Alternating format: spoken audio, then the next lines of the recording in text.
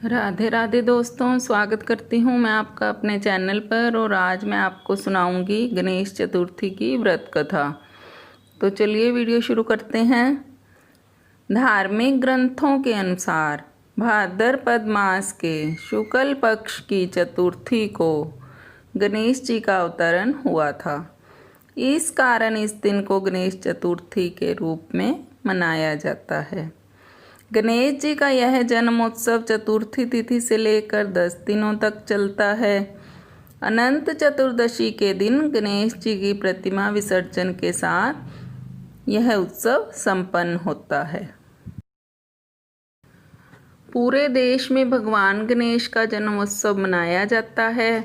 लोग ढोल नगाड़ों के साथ गणपति बप्पा का स्वागत करते हैं।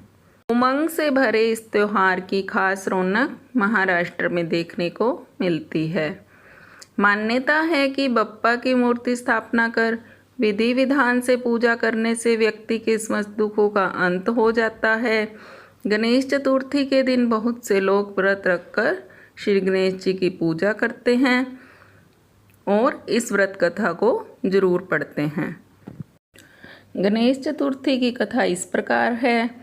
एक बार भगवान शंकर और माता पार्वती नर्मदा नदी के निकट बैठे थे। वहाँ देवी पार्वती ने भगवान भोलेनाथ से समय व्यतीत करने के लिए चौपड़ खेलने को कहा।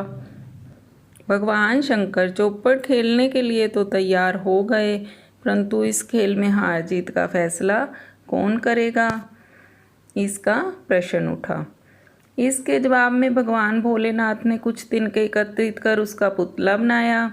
उस पुतले की प्राण प्रतिष्ठा कर दी और पुतले से कहा कि बेटा, हम चौपड़ खेलना चाहते हैं, परंतु हमारी हार जीत का फैसला करने वाला कोई नहीं है, इसलिए तुम बताना कि हम में से कौन हारा और कौन जीता। यह कहने के बाद चौपड़ का खेल शुरू हो गया।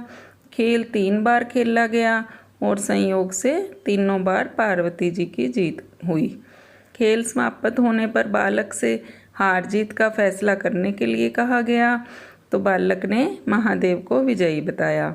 यह सुनकर माता पार्वती क्रोधित हो गई और उन्होंने क्रोध में आकर बालक को लंगड़ा होने व कीचड़ में पड़े रहने का श्राप दे दिया।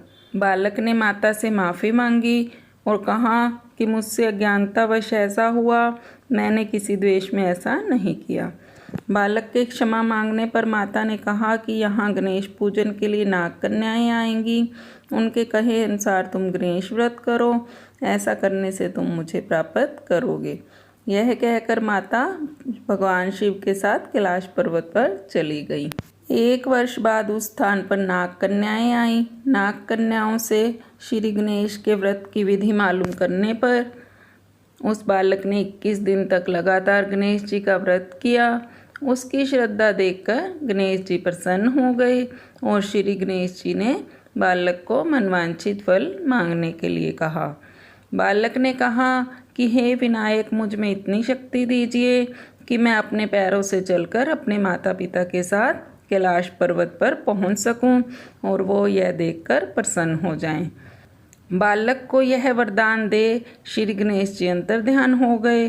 बालक इसके बाद कैलाश पर्वत पर पहुंच गया और अपने कैलाश पर्वत पर पहुंचने की कथा उसने भगवान महादेव को सुनाई।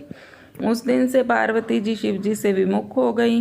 देवी के रुष्ट होने पर भगवान शंकर ने भी बालक के बताए अनुसार श्री गणेश जी का व्रत 21 दिनों तक किया। इसके प्रभाव से माता के मन में भगवान भोलेनाथ के लिए जो नाराजगी थी वो स्वयं समाप्त हो गई। पार्वती जी के मन में स्वयं महादेव से मिलने की इच्छा जागृत हुई। वे शीघ्र ही कैलाश पर्वत पर आ पहुंची। वहां पहुंचकर पार्वती जी ने शिव जी से पूछा, भगवान, आपने ऐसा कौन सा उपाय किया जिसके फलस्वरूप मैं आपके पास भागी भागी आ गई हूँ। शिव जी ने गणेश व्रत का इतिहास उनसे कह दिया। यह व्रत विधि भगवान शंकर ने माता पार्वती को बताई। यह सुन माता पार्वती के मन में भी अपने पुत्र कार्तिकेय से मिलने की इच्छा जागृत हुई। माता ने भी 21 दिन तक श्री गणेश जी का व्रत किया और दुर्वा, पुष्प और लड्डुओं से श्री गणेश जी का पूजन किया। व्रत के 21वें दिन कार्तिकेय स्वयं पार्वती जी से आ मिले। कार्तिकेय ने यह व्रत विश्वामित्र जी को बताया।